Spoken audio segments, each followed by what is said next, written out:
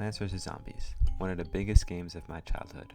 I played it, my brother played it, my friends played it, heck, even my parents played it. No, seriously, we were having a whole family competition on who can get the farthest and beat the game first. Turns out, it was none of us. But that's not the point. Plants vs. Zombies is an all-time great, and once again, I'm addicted. Let me backtrack and provide some context. I remember it so clearly. It was November 5th, and there I was, scrolling through YouTube recommendations, and I see the title, Can You Beat Plants vs. Zombies with Only Nuts? Well, if I'm being honest, I really only saw Plants vs. Zombies and nuts. And like I said, it was November, so simple math, you know? Who wouldn't want to watch a whole video of PVZ content dancing around the fact that it's a whole N joke? But anyway, I've been following Shagrots series for a while now, and obviously it inspired me to make my own, specifically because of what he said in the 6th episode of the series. Which brings me to my main point of today's video. Can you beat Plants vs. Zombies 2 with only Magnifying Glass? Now, the reasonable answer is no, but how can we be reasonable if we have plants that do this?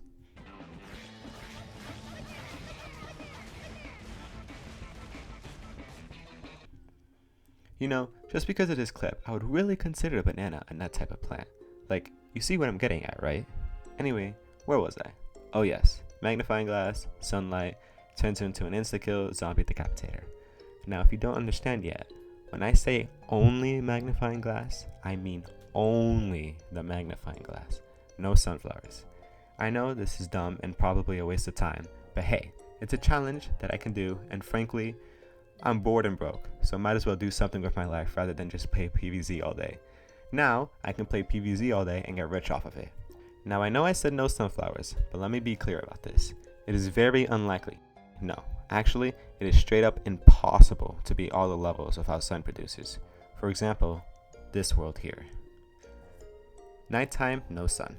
And not only that, there are plenty of levels without enough sun falling from the sky to deal with zombies. But I promise I'll try my very best to beat most of the levels without sunflowers. But in the cases that I can't, I'll use only the regular sunflower because obviously, it's the worst one. Which brings me to the rest of my rules. Though, in all honesty, it's really the same as Shagrots. This new series that I'm taking on is once again heavily inspired off of his videos. Just go check it out if you haven't already. I don't know how you'd be watching this without seeing his first. So without further ado, and further yapping, let's get into it. Our challenge begins on day 1 of ancient Egypt, only because I can't access the tutorial levels after already playing them. Which is weird. I don't see why I shouldn't be able to, but hey, you get what you pay for, I suppose. The main strategy for most of these levels is, you guessed it, wait for the sun to fall.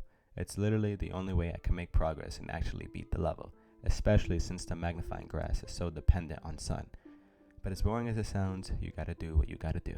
I also can't kill the zombies straight away because then it would make more zombies spawning faster and make the first wave, well in this case the final wave, start sooner, preventing me from collecting as much sun as I can, which obviously is very essential to this challenge. So you can see that all the zombies are getting as close as they can before I eventually kill them.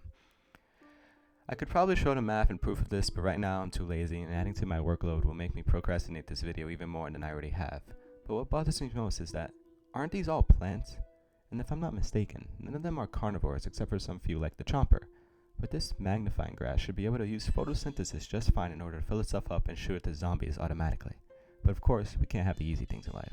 We got pretty close at the end here, but the sun drops and plant food clutched up, allowing me to move on to day 2. Day 2 is just a power-up tutorial, so we can skip this. But I did try a mini challenge here of trying to kill all the zombies before the plants could. It failed. Miserably. Damn you, Potato Mine. You and your Patrick-looking face. Day 3 was very easy. The game happily provided sunflowers in order to have more than enough sun to beat it. Though, I was still a bit cautious. I didn't want to start a swarm I couldn't deal with. But yeah, on to day 4. Never mind. Day 5. I couldn't even choose to use the magnifying grass, so there's no point even talking about it. I will take this chance to explain why I'm obviously using an old account, and that's because it already has the magnifying grass unlocked, which you get after beating level 17 in Far Future. I don't really see a way to start the whole game with the magnifying grass already unlocked, so you're just gonna have to deal with this. Day 6. That's the third special level in a row. But, you know, as annoying as they may be, I shouldn't take these for granted. They give me a temporary respite from my challenge and allow me to say that I beat the level following the challenge rules. Alright, on to day 7. Next is day 7. I just applied the same strategy again, waiting for the sun to fall, then collecting it, and not killing the zombies until the last possible second. A very slow process. Even the game mechanic of fast forwarding doesn't help. Then again, thank God these zombies are as slow as my brain when I have to remember what I studied late last night for a quiz. Gives me the chance to stock up on sun in order to kill them. Though, even with all that stocking up, at the end, I was still 50 sun short from beating the level without losing a more. Now, I could probably do it, but I don't have to, so onwards. On day 8, there were pre-placed plants again, but don't worry, they all die in a matter of seconds anyway. This level is where I broke away a bit from my strategy, and that's all because of this guy, this one zombie.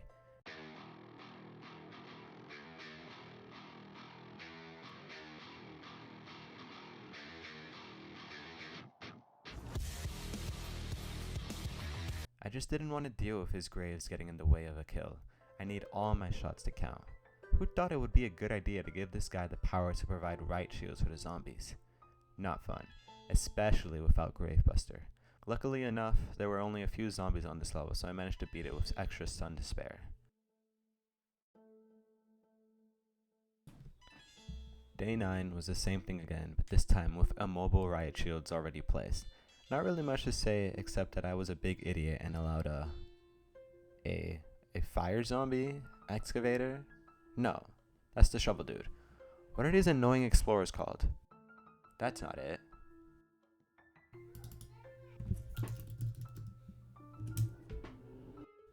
Oh, that really should have been obvious. Then not only that, I tried to place another Magnifying Grass instead of just letting the Mower kill him. The downfall of this challenge is probably going to be my own intelligence.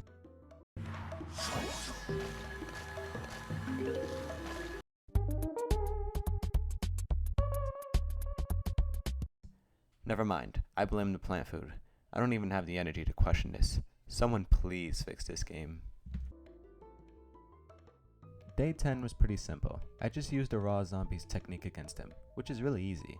You see, you don't even have to tap. You could just hold your finger on the spot where he holds up his wand and the sun would be automatically collected. Cool feature. I was a bit careless with my sun in this level, so in the end the mower had to save me. And this is another level I could have been without mowers, but that's okay. Maybe I'll do an extra video where I go back and try to beat the levels I knew I could beat without mowers. Day 11. Even after the 3 streaks of special levels, I really didn't see this coming. I don't know why I expected more from this game. I just did another mini challenge of trying to beat it without sunflowers. Worked out pretty well, no mowers lost anyway. Day 12 was the introduction of this Pharaoh zombie. It's crazy how these guys only take 3 shots to kill. I can't tell if that's a good thing or not. I once again had to depend on the help of the mowers, though this time it was because I couldn't get enough sun from the level. I don't think this one is beatable without mowers, but you're welcome to try. Day 13 introduced a mold colony. Only real problem with this is that I can't place the Magnifying Grass as far back as I want to in order to stall for more sun, though that wasn't really an issue. I had more than enough sun to beat the level. Day 14 was really boring for the most part. There's really nothing to talk about here except for the end, where I once again had to depend on the mowers because I just didn't have enough sun to deal with the final wave. But don't worry, it was only 2 of them. Day 15 was a blessing. 3 sunflowers. Never again will I be so cruel to the sunflower. Then again, it made the level too easy. I had over 1400 sun left to spare, and I even got rid of all the right shields on the map. More levels like this, please. Day 16 is just another day 14. Though, I didn't realize until this level that the bucket zombie took the same amount of shots a Pharaoh zombie takes in order to die. Really weird how that works. You would think it'd only need 2. Man, I wished it was only 2. Luckily, I managed to beat this level without losing any mowers, but had no sun to spare. Day 17 was really easy, especially with all the plant food that was in this level, so not much to talk about here. But here's a fun fact. Did you know that your eyes can only focus to within 6 inches in front of them? Meaning anything closer would be blurry, which is where a magnifying glass and other tools come into play. Day 18 brought back one of my favorite minigames from the original PVZ. Straight off the bat, I knew this was impossible though. I only had 2,200 sun to work with, and 250 of that sun had to go into actually planting the magnifying glass, meaning I actually only had 1,950 sun to work with, which is exactly 39 shots.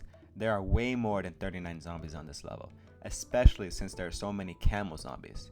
So I just paid a tribute to Shagrot and did it nuts only. Here was my setup. Mores were definitely required. Day 19 was another mold colony, but with another twist of only allowing me to have 16 plants. What a laughable challenge. I've only been using 5 plants in total anyway. Did you know that the overall best magnifying glass are the smaller ones? They are much more powerful in their magnification and don't reduce the quality of the image. Day 20 was another God-gifted level, with this time having 4 sunflowers instead of those measly 3. Though, not much else to say about this level since how easy it was. Did you know that magnifying glass can either use glass or plastic lenses? I wonder if this plant is made out of plastic. Day 21 was a challenge, but not for the reasons you think. It's a challenge because I have no idea what to talk about. So here's another fact, the third one in a row. Most glasses can't start a fire. It's really only the ones used by far-sighted people. So if you are nearsighted, like most people, I'm sorry, but your plant food days are never coming. Sadly, day 22 is just impossible. I tried to beat it so many times that I lost count. There's just not enough sun falling from the sky to deal with all the zombies, and the plant food doesn't really help much against zombies stronger than the regular mummy one, especially without sunflowers to power up. You're welcome to try, but as of right now, it's unbeatable without sunflowers. But I may think of something in the future, so we won't give up on this one just yet. Time to skip it for now. Day 23 was simple enough. The only real problem was the amount of right shield zombies there were, and the gargantuar that comes out in the end. But he was also pretty easy to deal with, though I had to use up all of my extra sun to do it, meaning I needed to lose 2 more mores. This one may be possible without losing mores, so I'll add it to the list. Day 24, the penultimate level. And it's a last stand level once again. It's impossible. Not that I didn't try at least, so I just did another nut only challenge for this. Well, with the help of potato mines as well. I was so close to beating it without a more, but oh well, I'll add it to my list. Fun fact, the earliest known reference to a magnifying glass is from 424 BC. It's mentioned in a play called The Clouds by Aristophanes. You're crazy if you think I was actually going to try and pronounce that. Aristophanes.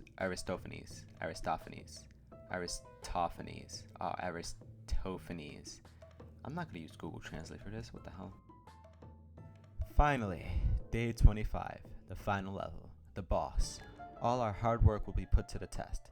My main course of action is to increase the magnification to 1000% and zoom up on Dr. Zomboss balls and expose it to the world, causing him to get depressed and self-conscious because of how disgusting and small they are, allowing me to burn a hole right through his forehead, letting me beat the level. Yeah, I don't know what I expected.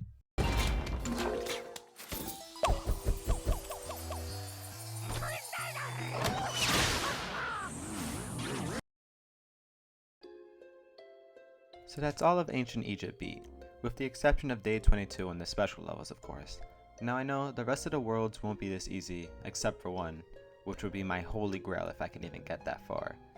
But my honest thoughts, I don't believe for a minute I could beat the entire game with just magnifying glass, but I sure as hell can try, so stick around for the ride, who knows, I may just prove myself wrong. If you enjoyed this, don't worry, part 2 will be out soon sometime, just don't forget to subscribe so you're notified of when it happens. Thanks for watching.